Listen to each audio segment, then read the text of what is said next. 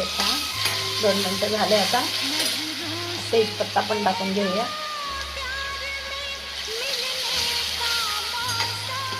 आता आपण ही सगळी मसाले आहेत ना, ही सगळी टाकून घेऊया. खोबरं पण आहे, सगळं टाकून घेते. 2 मिनिटं फ्राय करून घेते. इकडे आपली मटकी पण शिजत आलेली आहे. आता गॅस बंद करून घेतलाय. अशा प्रकारे मटकी शिजलेली आहे.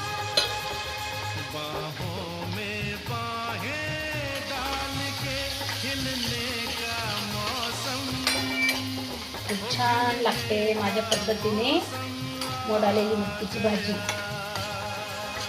बनवू शकता भाताबरोबर, चपातीबरोबर, पावाबरोबर पण खाऊ शकता तुम्ही. खूप छान लागते मोड आलेल्या मटकीची भाजी. छान फ्राय होऊ देऊया मसाले. हे पहा आता तेल सोडतोय.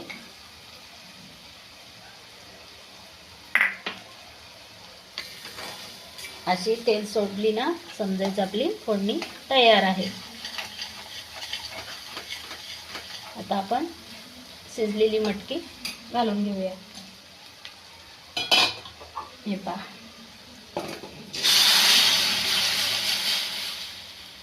अशा प्रकारे पूर्ण टाकून घेते आणि एक 5 मिनिटं शिजवून घेते. सगळं मिक्स करून घेते. तुम्हाला हवं तसं पाणी टाकू शकता. मी शिजतानाच पाणी घातलेलं होतं. आता 5 मिनिटासाठी उकळून घेऊया.